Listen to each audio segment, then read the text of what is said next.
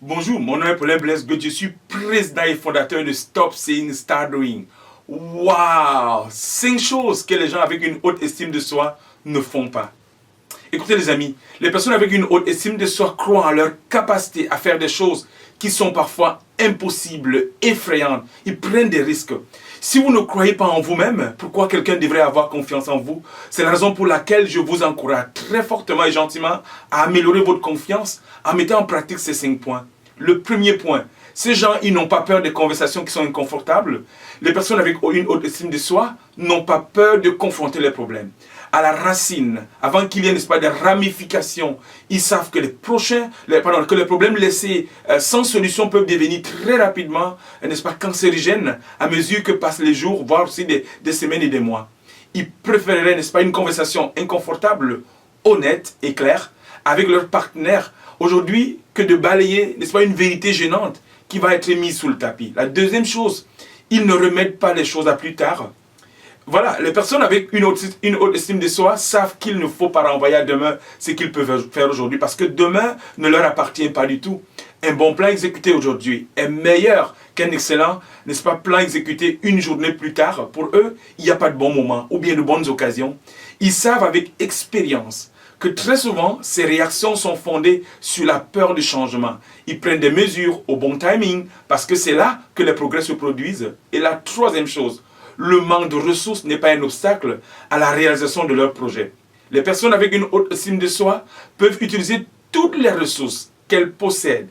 Quelle que soit la taille, ils savent être créatifs et refusent catégoriquement de quitter les choses tant qu'elles ne sont pas encore accomplies. Ils n'ont pas peur.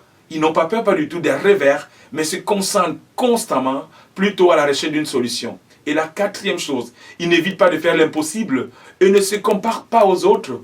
Les personnes avec une haute estime de soi ne laissent pas la peur, n'est-ce pas, dominer leur vie. Et ils savent pertinemment que la peur, n'est-ce pas, a peur d'elle-même. Et c'est la raison pour laquelle ils ne se tracassent pas. Parce qu'ils savent très bien que les choses qu'ils ont peur de faire aujourd'hui vont être sur leur chemin à court et à long terme. De toute façon, ils en feront face.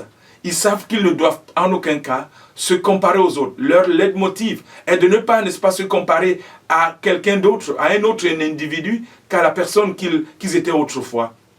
Et puis voilà, ils savent que chaque être humain est unique. Il a aussi son histoire. Le fait de se comparer aux autres n'est qu'absurdité, futilité, n'est-ce pas, et trop simpliste. Et la cinquième chose, ils ne quittent pas les choses en raison de certaines contraintes. Les personnes avec une haute estime de soi se remettent à chaque fois qu'ils tombent. Ils ne restent pas couchés au sol.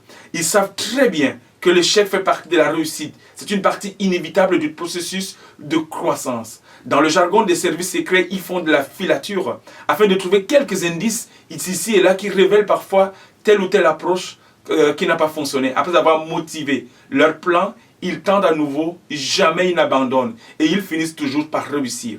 Écoutez les amis, si vous avez aimé ma vidéo, priez de la partager à n'importe qui que vous connaissez pour qu'elle devienne virale. La deuxième chose que je vais vous demander, allez, n'est-ce pas, sur ma chaîne YouTube, abonnez-vous, vous allez recevoir chaque semaine une de mes vidéos. Et la troisième chose que je vais vous dire, allez sur mon site web, n'est-ce pas, adhérez, je vais vous envoyer ma lettre de nouvelles chaque semaine. Et une dernière chose que je vais vous annoncer tout de suite, je suis en train de travailler, n'est-ce pas, sur ma boutique en ligne. Donc bientôt, d'ici 3 à 1 mois, vous aurez, n'est-ce pas, 3 semaines, pardon, à 1 mois, vous aurez ma boutique en ligne. Merci de me suivre. Merci pour tous vos coucous, vos commentaires. Je vous apprécie énormément.